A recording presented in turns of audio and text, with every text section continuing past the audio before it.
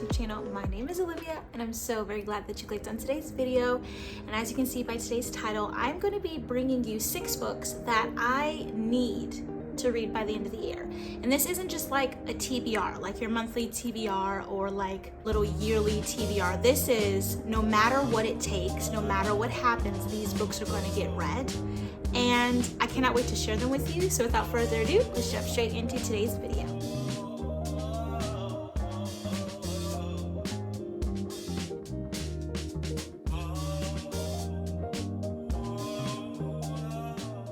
I have my little pumpkin mug. I have not used this mug in like a week and a half or so, and I feel like fall is beginning to end because I bought myself a little mug from Target. It's super cute. It was only $5, so such a steal, and has the garlands and then little like ornaments and like the candy cane kind of stripe. But when I picked that up at Target this past week, for whatever in me just started feeling the vibes of Christmas kind of early on. So I'm thinking November 1st. But to start with the books that I have that are physical copies, the first one is going to be Take My Hand by Dolan Perkins Valdez. I've already started this book a little bit. I think I'm on chapter 10, page 62. Yes, chapter 10 of this book. But my goal starting now, like obviously maybe a couple weeks ago now, was to really dive into reading more works of art, more books, more literature, whatnot by Black authors. I find that as an African American, I actually don't do that and haven't. And so I've been really trying to like dabble myself into those type of authors and what they can bring to the table as well. And so I thought I'd pick this up because I'm in a couple book clubs on Facebook, which I highly recommend. It's actually quite fun. And I'm in one just for Black women. And so 9 times out of 10, most of the books that are in there are going to be written by Black authors. And this is one that I was recommended, but so far I am really liking it. Then the second physical book that I have, that is Beneath a Scarlet Sky by Mark Sullivan, because one part of history that I do enjoy is learning about or stories that are related to or retellings of World War II and what happened during that time in Europe. That just grabs my attention every time. So this is also based on a true story of a young man who is now quite old, but his name is Pino Lela, and he was a young man who lived in Italy, if I'm not mistaken. I have not started it.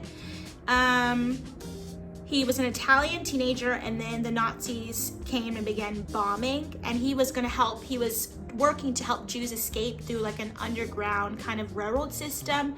And he fell in love with a woman who was a little bit older than him, and that was his like kind of plan to kind of help and like get out and get free. But to protect him, his parents kind of decided it would be best for him to kind of like go undercover and become a German soldier and kind of pose as one. And in doing that, he got moved up in rank and actually became Adolf Hitler's left-hand man's driver. And through that was able to do, like it says, like an opportunity to spy for the allies inside of the German high command and all the things of the war that he really endured, and just his story, his redemption. And that just, first of all, grabbed my attention. But then the author Mark, in the beginning, in the preface, he explains how he came to this story and how it kind of fell in his lap, and that's really what sold me. I just can't wait to read it. So excited about that.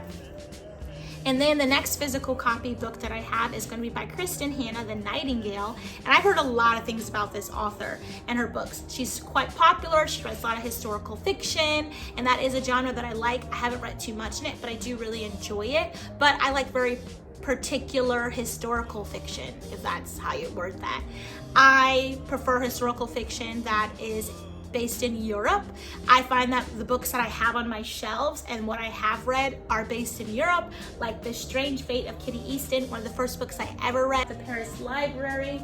Absolutely love that book. So with this book, I was really happy because this is also based on World War II between 2 different sisters and just their journey towards survival, love, and freedom in a German-occupied, war-torn France. And it just sounds amazing. And so I cannot wait to read this book. I'm super excited about it.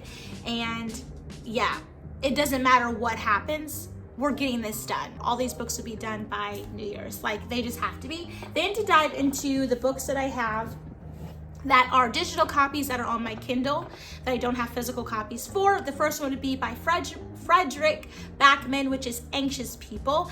And when I wanted to read this, I downloaded this like a couple months ago. I bought it in July before I was going on a trip to Europe.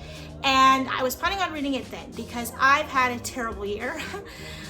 A lot of things, and I found that I really wanted to kind of dive into literary fiction because I feel like that genre kind of speaks to a lot of those things that are unsaid that you really want someone to speak into. And so that's why I wanted to read it, and I thought the title was very grabbing, and just the back of the book and all of the things. So that's why I really wanted to read it, just to kind of have something to kind of relate to. And I'm really a fan of like dry humor and very witty, kind of like sarcastic, deadpan kind of things.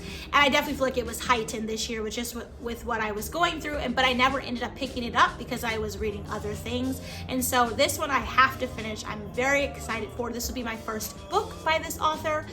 Based on his other works, I 9 times out of 10 think I will read them. I'm not sure when, but they all sound really interesting. And the next book I have is by Mari McFarlane, Just Last Night. And this one seems really interesting. And this is a literary fiction. And that's why I was also pulled to this author, because she writes romance books, but it's not your typical contemporary romance, it's just not like that. It is more literary fiction with like almost a subplot of romance where you're getting more character development and more connection with the side characters. And so I really love that, and so I'm very excited to dive into that one.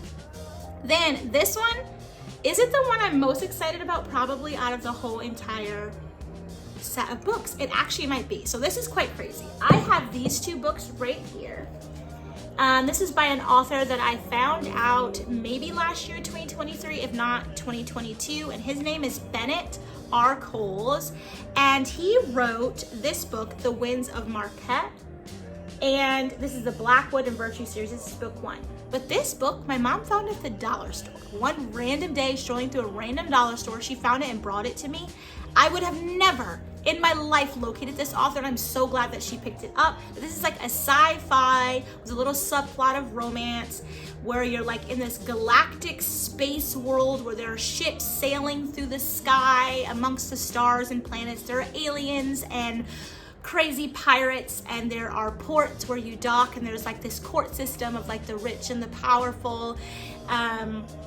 Just all the things, and it's fantastic. My first ever sci-fi read, and so when she got it, I was hesitant, but I opened it up and I gave it a chance, and I loved it. It was a 5-star. So then I looked for his second book, and that is Dark Star Rising, and on the front of this is Virtue. This one is Blackwood on the front of this one, and this was literally picked up at the end of the first book, which I absolutely love when authors do this. So it's in a continuation, and you're in this book and you're following the aftermath of what happened and how they're gonna tackle their next part of the book. But it ended kind of on a cliffhanger, or at a point where you knew the author could continue the work, whether that means it's just a trilogy or it can go on in a deeper series. And so I was really, really waiting. I ended up reaching out to the author, and he was like, the book will be releasing in 2024.